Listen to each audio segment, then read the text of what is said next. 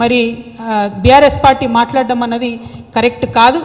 ప్రధాన ప్రతిపక్షంగా ఉన్నప్పుడు మీరు ప్రజల పక్షంగా ఉండాలి తప్పితే కాంట్రాక్టర్ల పక్షాన ఉండకూడదు.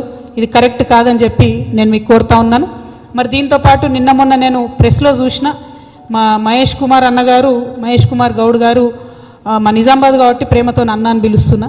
కాంగ్రెస్ పార్టీలు ఉన్నా కూడా అన్నా అని పిలిచే వ్యక్తులలో ఆయన ఒకరు కాబట్టి మహేష్ కుమార్ గౌడ్ గారు చిట్ చాట్లో చెప్పారని విన్నా. నేను స్వయంగా ఆయన బయట అయితే చూడలేదు. అదేందో నేను కాంగ్రెస్లోకి వస్తా అంటే ఆయన వద్దన్నాడట. నేను మహేష్ అన్నని చెప్తున్నా, అన్న కాంగ్రెస్లో ఏం లేదు, అది లూజింగ్ పార్టీ, ఓడిపోయే పార్టీ. నెక్స్ట్ టైం కాంగ్రెస్ రాదు తెలంగాణలో. నెక్స్ట్ టైం తెలంగాణలో మా జాగృతి పార్టీ గెలుస్తుంది.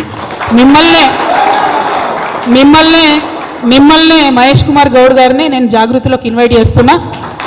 మీకున్న ఎక్స్పీరియన్స్తోని మీకు మంచి పోస్ట్ ఇస్తామన్నా, నేషనల్ కన్వీనర్ ఇస్తాం, మీకు మంచి పోస్ట్ ఇస్తాం, మీరే రండి. మేము చాలా సీరియస్ పొలిటికల్ పార్టీగా చాలా పెద్ద ఎత్తున ప్రజల వద్దకు వెళ్తాం. భగవంతుడి దయతోని, ప్రజల దయతోని తిరుగులేని రాజకీయ శక్తిగా ఈ రాష్ట్రంలో ఆవిర్భవిస్తాం. కాబట్టి మీరు నన్ను బద్నాం చేసే ప్రయత్నం చేయొద్దు. నేను వస్తాను కాంగ్రెస్ పార్టీలోకి మీకు చెప్పడం, మీరు వద్దనడం ఇవన్నీ మీకు కలవడ్డది కావచ్చు అన్న. ఏమనుకోవద్దు, ఎవరికైనా చూపించుకోరు, జర బొట్టు గిట్టు పెట్టించుకోరు. నా రిక్వెస్ట్ ఏంటంటే ఇటువంటి ప్రయత్నాలతోని నా వ్యక్తిత్వాన్ని దెబ్బతీసే ప్రయత్నం చేయొద్దు.